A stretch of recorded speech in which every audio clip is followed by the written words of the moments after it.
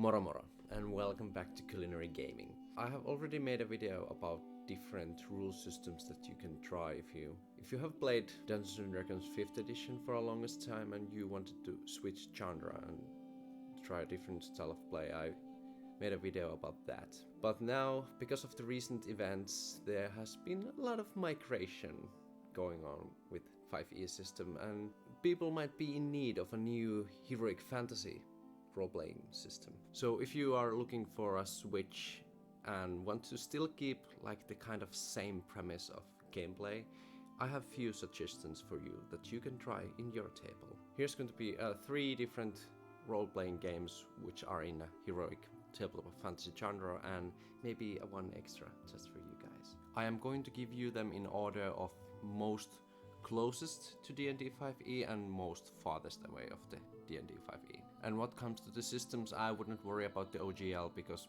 basically every company are now going to make their own OGL-free version of the game. I'm not going to mention Pathfinder in this video because many of the people already know about Pathfinder. There is so much coverage of Pathfinder already, so I want to give additional options. Number 1, which is the closest to D&D 5th edition, would be 13th Age. 13th Age is a very heroic fantasy style of play. It is from creators of Rob Heinsoe and Jonathan Tweed, who are both Dungeons & Dragons 3rd edition and 4th edition veterans. The book itself really tells us how they are trying to take all the best parts of those two systems and combine them together to be a coherent and very snappy action adventure. And I think they have succeeded beautifully. They have taken a lot of unnecessary fluff out of the system and just kept the core mechanics intact. You are still going to roll your d20, you are still going to roll over the different kind of scores to get your results. They have made a lot of interesting changes, like you don't have any skills in this system, but you do have your background. Instead of background being a bunch of fluff text and one ability that you basically never use, it is modified by a number. And when there is a skill test, that you can easily say, well, my character is a blacksmith and this test is about bending iron, so I would say I would have the skills and know-how to do this. And then GM can allow you to use that modifier, your background modifier, in that skill test. I think it will specify and versify the character at the same time, and you can also use different skills with different modifiers, so you can combine different things. So no more skills being bound to one attribute, which I think is great. And also no more being a druid that doesn't know anything about nature. That can still be a choice if you want to, but now it's just like, well, I didn't have enough proficiencies to give to my skills, so now my druid doesn't know anything about nature, I guess. The combat has been simplified a little bit. It's still very much so that you have a bunch of abilities you can do during combat, but you don't have a crit. Instead of battlefield being a crit, it is a different kind of zones. So you can be engaged, you can be nearby, or you can be far away and I think out of reach. I don't remember the names correctly. But the premise is so simple. You can just move from zone to another and then do your actions. So you can still use a battle map if you want, but it also opens up the theater of mind gameplay to a whole new level. I could keep going on why this system is so great, but I think those are the most important aspects. And it's the closest thing, which is still quite simple and yeah, very good system. I would highly suggest that if definitely like the heroic fantasy was your thing in 5e, this will cover it perfectly. The rest of the systems will have a different main dice. We are not going to throw d20, but I would still give these systems a try because they are just perfect. Fantasy Age, a very clear system. You have your attributes. Again, you don't have your skills, but you have your same ancestries, you have your same classes in a sense. There's only 3 classes, which are a warrior, adept, which is magic user, and rogue. if I remember correctly. And these 3 core classes can then, in addition to get more like special feats that can specialize them in different places.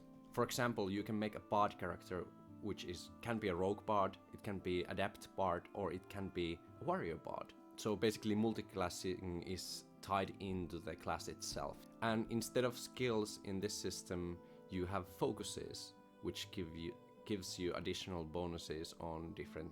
They are basically almost kind of like skills. What is fun about this system? One of these d6s is a different looking dice. When the 2 of the dice come up at a same number, then you will get stunt points if you succeeded in your task. So you had this 3rd die that looked different to those other 2. That determines the amount of stunt points you get when you get the 2 of the same kind. And you can use these stunt points to add some additional flair to your attacks. It can be that you get some armor penetration, or sometimes you can attack another creature, or you can push them, shove them, and it gives the combat in a very basic kind of sense a lot more flair. And every character can use this. These are not only for the warriors. So right off the bat, the system becomes much more dynamic and much more cinematic. And there are stunts also for outside of the combat, and it really lights up the scenes that you are playing with your friends. And 3rd option I have to suggest is Savage Worlds. In addition to being a fantasy game, Savage Worlds is also a genre-neutral system, which means you can also play all kinds of genres in this system. The book itself contains lots of rules to play in a sci-fi world, to play in a modern setting. When you learn the rules, you can then start to expand on different genres if you want. And don't get me wrong, it does heroic fantasy great. Again, you have your basic attributes, and now you have your skills as well. The game loop is a lot of the same than in D&D. That sometimes you roll your skills. When you are in a battle, you roll to attack, and then you do maybe damage when you roll the dice. Savage Worlds is a much more cleaner system in a sense that, for example, it doesn't have hit points. You just can take 4 wounds and then you're out. But it's not that simple. You have like a pain threshold, and the damage of the weapon has to go over your pain threshold. And then you first get shaken, which means like you are like stunned and taken hit from the... And when you get hit another time, then you get wound. Or if the enemy rolls well enough and gets what they call a raise, then he automatically wounds you once. And when you have a wound, you take -1 penalty to everything. The system itself is very simple. There is like a few numbers that you have to remember. Usually in skill tests, you just have to roll over 4, and that's basically it. And how well and how good you are in some things, you just have bigger dice. So basically, if you are bad at something, your dice is only d4, so you have 25% chance to get the 4. And if you are a little bit better at it, your dice will be d8, and then you have a little bit better chance to get the 4 out of it. Also, it's so easy to homebrew, and it's so easy to make your characters.